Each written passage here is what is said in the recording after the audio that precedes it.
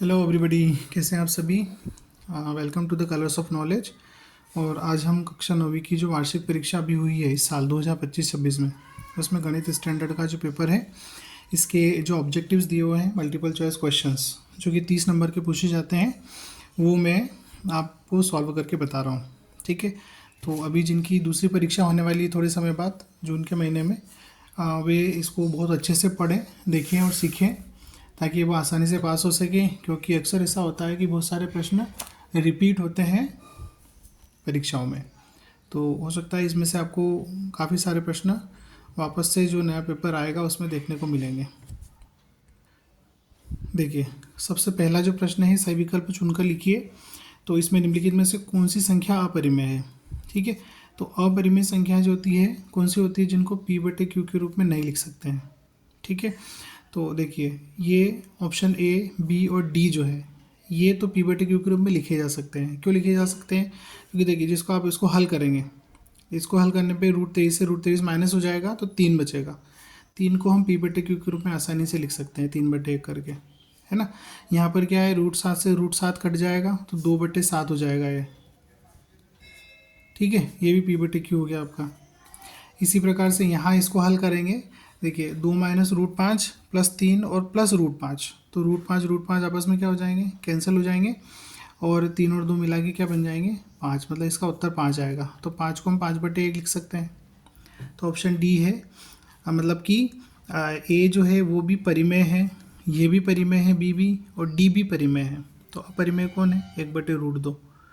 ठीक है, इसी को हम क्या कर सकते हैं, पी बटे क्यू के रूप में नहीं लिख सकते हैं। ठीक है, अब यहाँ पे आपका एक सवाल होगा कि देखिए तो पी बटे क्यू में ही आ रहा है ना, ऊपर भी एक वैल्यू है नीचे भी एक वैल्यू है। लेकिन देखिए वो सारी वैल्यू, जैसे यहाँ √2 है ना, तो √2 जो होता है इसको आप परिमेय संख्या कहते हैं, परिमेय संख्या के रूप में नहीं लिखा जा सकता है। ठीक है, तो 1/√2 जो है ये भी क्या होगा, अपरिमेय होगा, क्योंकि ऊपर परिमेय है नीचे अपरिमेय है। तो एक परिमेय और अपरिमेय का जो अनुपात होता है वो कैसा होता है, अपरिमेय संख्या होती है। तो ऑप्शन सी है। इसके बारे में हम आगे थोड़ा और डिस्कस करेंगे अगले वीडियोस में। जब मैं आपको इसके प्रश्न बताऊंगा उसमें आपको मैं बताऊंगा कि परिमेय में कैसे बदलते हैं। उसका एक सवाल भी होता है आपकी किताब में, चैप्टर 1 में दिया हुआ है, तो उसमें से हम करेंगे इसको। ठीक है, अब दूसरा प्रश्न देखिए, इसमें 2 + √2 और 2 - √2, इसका मान क्या है। देखिए ये a + b है और ये a - b है। तो a + b और a - b जो होता है, इसका सूत्र होता है a का वर्ग माइनस b का वर्ग।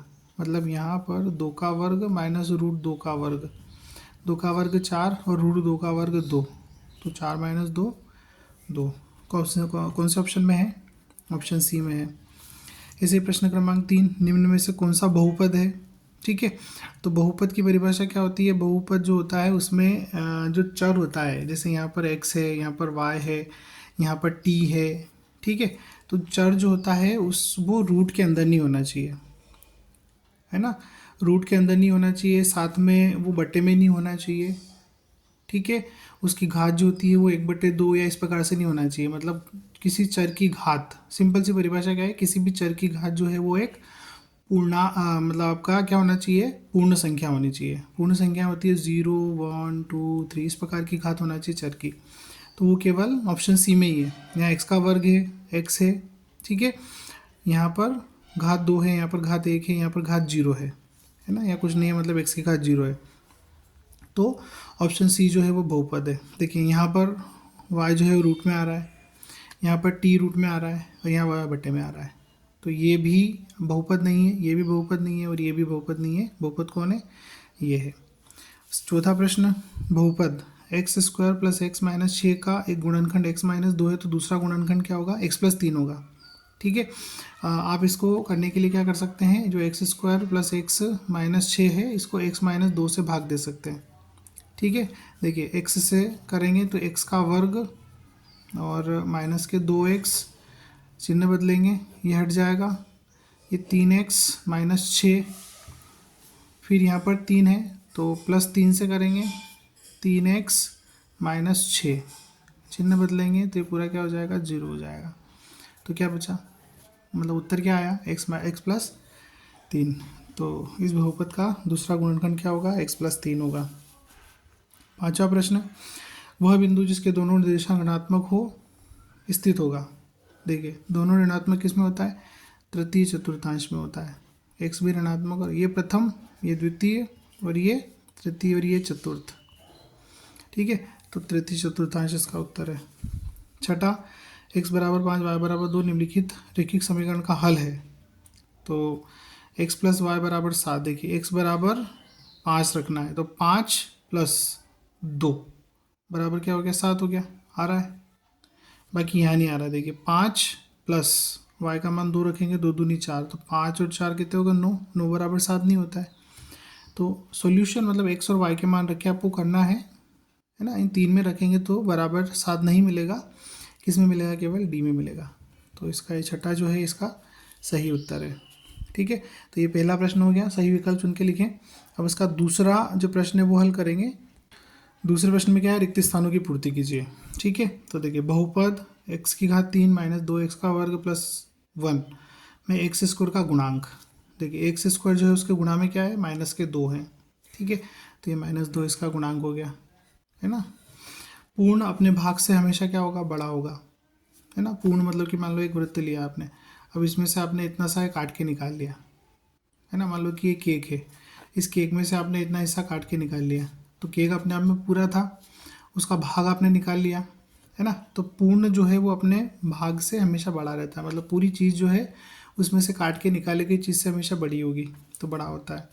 नंबर 3, जिन दो कोणों का योग 90 डिग्री होता है वे आपस में पूरक कोण कहलाते हैं, है ना। ऐसे कोण जिनका योग 90 डिग्री होता है वे आपस में पूरक होते हैं। जैसे 30 और 60, 90 हो रहा है तो 30 60 का पूरक है और 60 30 का पूरक है, इस प्रकार से।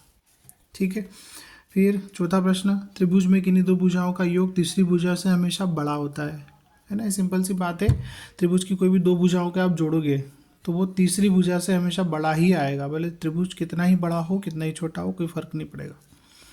पांचवा प्रश्न, समांतर चतुर्भुज का एक विकर्ण उसे दो सर्वांगसम त्रिभुजों में विभक्त करता है। देखिए एक समांतर चतुर्भुज है, ये एक समांतर चतुर्भुज बना दिया मैंने, है ना। इसमें मान लो ये विकर्ण खींच दिया मैंने, तो ये दो त्रिभुज बन गए, एक ये। इसे इधर भी बना सकते हैं, तो इधर भी त्रिभुज, ये नहीं बनाएंगे ये बनाएंगे। तो एक विकर्ण की बात हो रही है, उसे दो सर्वांगसम त्रिभुजों में विभाजित करता है, विभक्त करता है। छठा प्रश्न है, वर्ग अंतराल 90 से 120 का वर्ग चिन्ह, मतलब इन दोनों को जोड़ना है, आधा करना है, तो 90 प्लस 120/2 ये आएगा 210/2, तो 105 इसका सही उत्तर है। मतलब 90 और 120 का वर्ग चिन्ह जो है वो 105 है। ठीक है, तो ये जो खाली स्थान है, रिक्त स्थान है, वो हो गए। प्रश्न क्रमांक 2। अब इसी में प्रश्न क्रमांक 3 देखिए, सत्य सत्य। सत्य सत्य में एक्स अक्ष पर स्थित बिंदु की कोटि हमेशा शून्य होती है, ये बात सत्य है, क्योंकि एक्स अक्ष पे कोई बिंदु अगर है, ये एक्स अक्ष है ना, ये वाई अक्ष है, कोई बिंदु अगर यहाँ है तो हम जानते हैं कि जो एक्स अक्ष है उस पर वाई का मान 0 होता है, एक्स का मान तो कुछ ना कुछ मिलेगा इसके आपको। ठीक है, तो एक्स अक्ष पर स्थित बिंदु की कोटि हमेशा शून्य होती है, कोटि मतलब वाई का मान, तो एक्स अक्ष पर वाई का मान हमेशा शून्य होता है, ये बात सत्य है। दूसरा, किसी त्रिभुज में एक से अधिक समकोण हो सकते हैं, ये बात असत्य है, क्योंकि किसी भी त्रिभुज में एक से अधिक समकोण हो ही नहीं सकते। एक से अधिक समकोण अगर हुए तो वो त्रिभुज नहीं होगा, है ना, तो ये बात भी असत्य है। तीसरा, जब तीन या अधिक बिंदु एक ही रेखा पर स्थित हों तो वे सररेख बिंदु कहलाते हैं, ये सत्य है ना। तीन या अधिक बिंदु एक ही रेखा में, ये देखिए 3 बिंदु आपने एक ही रेखा में लिए, ये तो ये सररेख कहलाएंगे। अगर 3 बिंदु इस प्रकार से है तो ये सररेख नहीं होंगे, क्योंकि इनको खींच के एक सीधी रेखा नहीं खींची जा सकती है। तो जब 3 या अधिक बिंदु एक ही रेखा पर स्थित हुए बिंदु सररेख बिंदु कहलाते हैं, ये बात सत्य है। चौथा, अर्धवृत्त का कोण 180 डिग्री होता है, तो ये बात असत्य है, क्योंकि अर्धवृत्त का जो कोण होता है वो समकोण होता है। ठीक है, उसके बाद असमान त्रिज्याओं वाले दो वृत्त सर्वांगसम होते हैं। असमान त्रिज्याओं वाले दो वृत्त, देखिए एक वृत्त ये हो गया ना, एक वृत्त ये हो गया।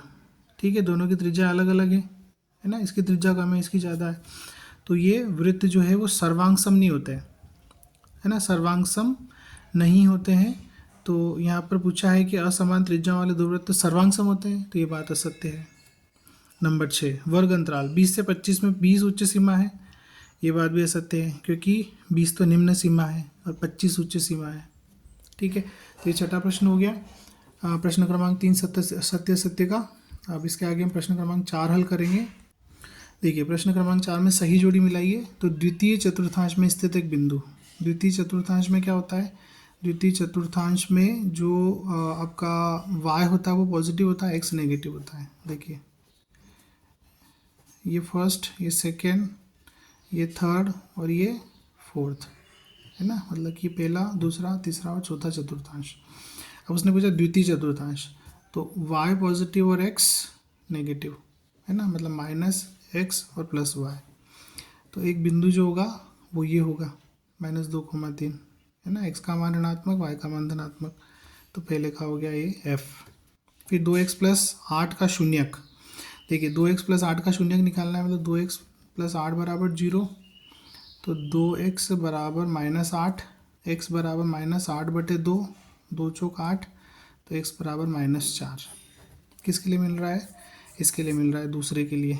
तो -4 किस में दिया हुआ है, ये डी में दिया हुआ है। ठीक है, फिर वर्ग का प्रत्येक कोण। तो वर्ग का प्रत्येक कोण 90 डिग्री होता है, अभी हाल बताया था मैंने है ना, या शायद पिछले वीडियो में बताया था कि वर्ग जो होता है उसका प्रत्येक कोण कितना होता है, 90 डिग्री होता है। ऐसे 4 90 डिग्री के कोण होते हैं एक वर्ग में।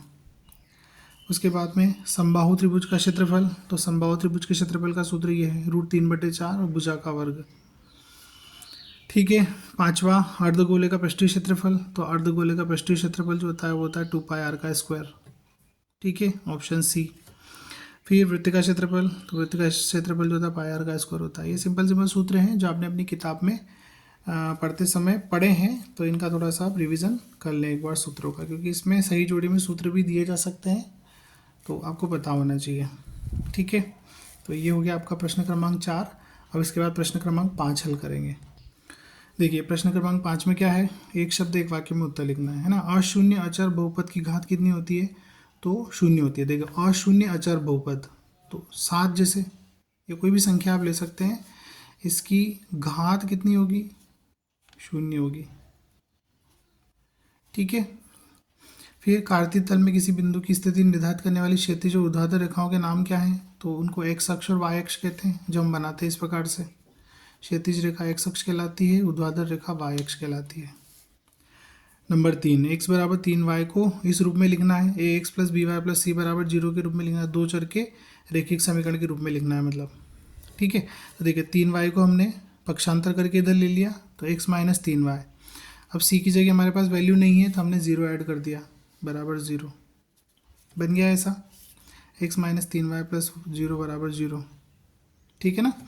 फिर नंबर 4 समीकरण x + 2y = 5 में यदि x = 2 हो तो y का मान ज्ञात कीजिए। तो देखिए x का बराबर 2 रख दीजिए, अब 2 रख दिया, + 2y = 5, 2 को उधर भेज दिया है ना पक्षांतर करके, तो माइनस का हो गया। 2y = 5 में से 2 घट गए, तो 2y = 3, y = 3/2।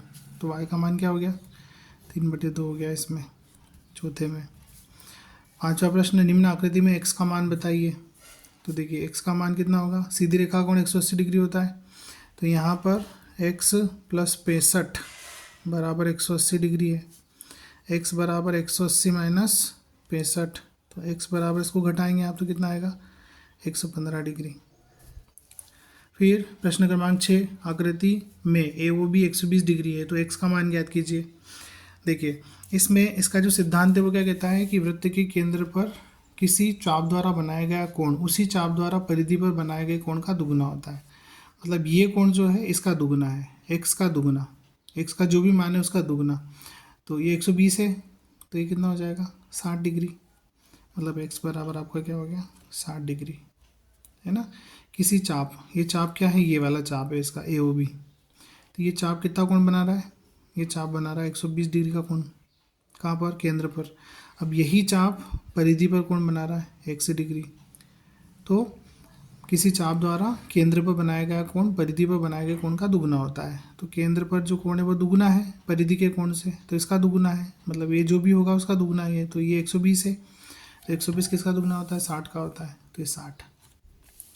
ठीक है, तो ये हमने इसके 5 प्रश्न हल कर लिए हैं। कौन सा पेपर है ये, आपकी इस बार जो 2025 में 9/11 की हमारी जो वार्षिक परीक्षा हुई थी, स्थानीय वार्षिक परीक्षा, उसका पेपर है। इसके हमने सभी ऑब्जेक्टिव हल कर लिए हैं, तो इनको आप अच्छे से पढ़ें और बहुत अच्छे से आप अपनी परीक्षा दें, इसी आशा और अभिलाषा के साथ। Thanks for watching. वीडियो को लाइक करें और चैनल को सब्सक्राइब कर लीजिए, क्योंकि जो भी वीडियोस आते जाएंगे आगे उसका नोटिफिकेशन आपको मिलता रहे। बेल आइकन को आप प्रेस कर दीजिए, जिससे आपको पता चलता रहेगा कि मैंने वीडियो अपलोड किया है, तो आप उसको अच्छे से पढ़ पाएंगे। Okay, thank you.